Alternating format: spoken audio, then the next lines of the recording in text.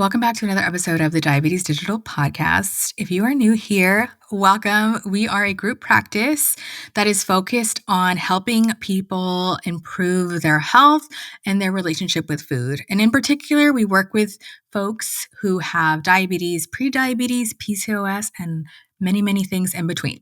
Welcome to the Diabetes Digital Podcast. I'm Wendy. And I'm Jess, and we're best friends, registered dietitians, and diabetes educators.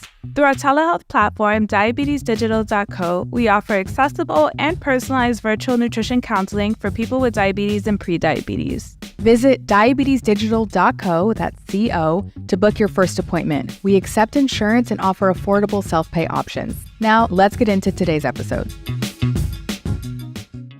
So I am one of the co-founders of Diabetes Digital. My name is Jess, for those who are new.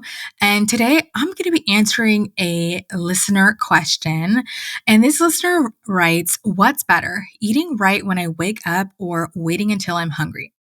I think this is such an excellent question and one that I've been answering for the past 12, 13, 14, 15 years as a dietitian. And I'm going to give you the same answer that I give everybody else. And that is, it really depends on your body. And here's the things I want you to consider. So some people feel better eating within an hour of waking up. That is me. Like, I need to eat almost 30 minutes of waking up, because if I wait, it's not a pretty picture. I start getting hangry, angry, moody, and it's really hard to recoup throughout the day. So it is like an absolute non-negotiable. And what's interesting is when I was a kid, up until I would say like college, I never ate breakfast. I just felt like I wasn't hungry, didn't have time. And so I say that to say that your body can actually change and adapt. And now I feel so much better if I have breakfast. I feel like I have more energy. My mood is more stable. So even if you are one of those people who feels like you're not hungry in the morning, you can become hungry in the morning if you start eating in the morning. So some people feel better. Others do fine waiting a bit, right? Like, there's so many people who are like, I'm not hungry. I don't want to have breakfast.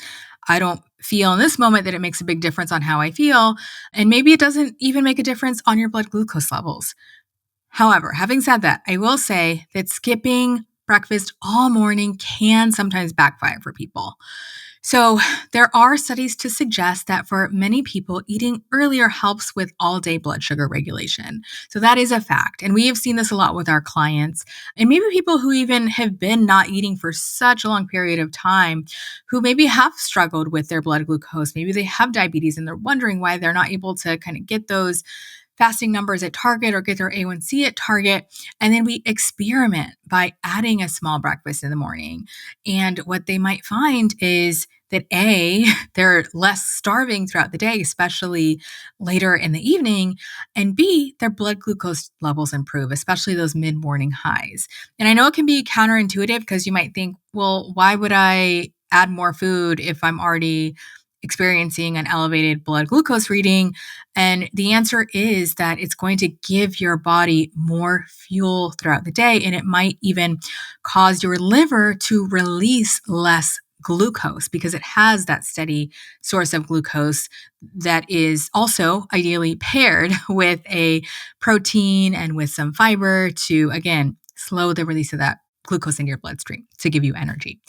So if you are one of those people who is not hungry and you're willing to just do an experiment and see if eating helps you feel better, helps with your labs, your health goals, I want to give you a couple of tips. So number one is you don't have to eat a full meal, especially if you're not feeling hungry. Like, work your way up to being able to have a couple different food groups on the plate. So even if you start with something small to anchor your day, that can be really helpful. One thing I recommend is Greek yogurt. Super simple, and it's also a good mixture of carbohydrate, protein, and if you're getting like 1%, 2%, also fat. Half of a protein bar can be another thing that you might try to see how that impacts you. And one protein bar I really like is the RX bar because I feel like it has, again, a good combination of some protein, some carbohydrates, and some fiber. You can also just have a boiled egg and a small piece of fruit and just see if that does the trick. So I really want you to experiment and see what helps you feel more steady and clear-headed throughout the morning and the rest of the day. So how do you experiment? Well, I would try to eat something earlier for 1 week and track your energy, track your mood, track your numbers using your CGM, your continuous glucose monitor, or your glucometer, and then compare that with another week where you delay eating and do kind of what you're typically doing and just see what the difference is. Maybe there's no difference at all and you can stick to having the later breakfast, or maybe you notice your numbers are better, your energy's better, your mood, you're less hungry later in the day. Because sometimes you don't even know how different you can feel until you try the thing. I know that was the case for me, that it's like, oh, now I know like what it feels like to feel more energized in the morning. And I was just kind of used to not feeling that. So if you want to experiment with something we talked about today, eating breakfast at different times, and you need a dietitian to help support you on that journey, definitely check us out at Diabetes Digital. We are, like I said, a team of registered dietitians who focus specifically on diabetes, prediabetes, PCOS, and other metabolic conditions.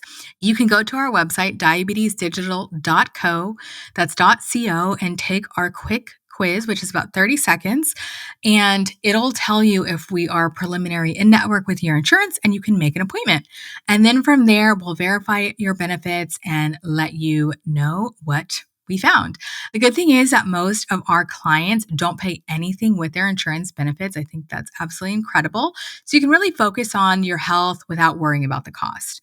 So definitely check us out, diabetesdigital.co/quiz. And with that, we'll catch you next time. Bye. Thanks for joining us for today's episode. If you're interested in nutrition counseling with one of our expert dietitians to help improve your prediabetes or diabetes, visit us at diabetesdigital.co. Also, if you found our conversation helpful, do us a favor and rate and review this podcast on iTunes, plus share with someone who might find this helpful. You can also connect with us on Instagram at diabetesdigital.co. And tune in every Wednesday for practical, inclusive, and culturally humble diabetes insights. We'll catch you later. Bye.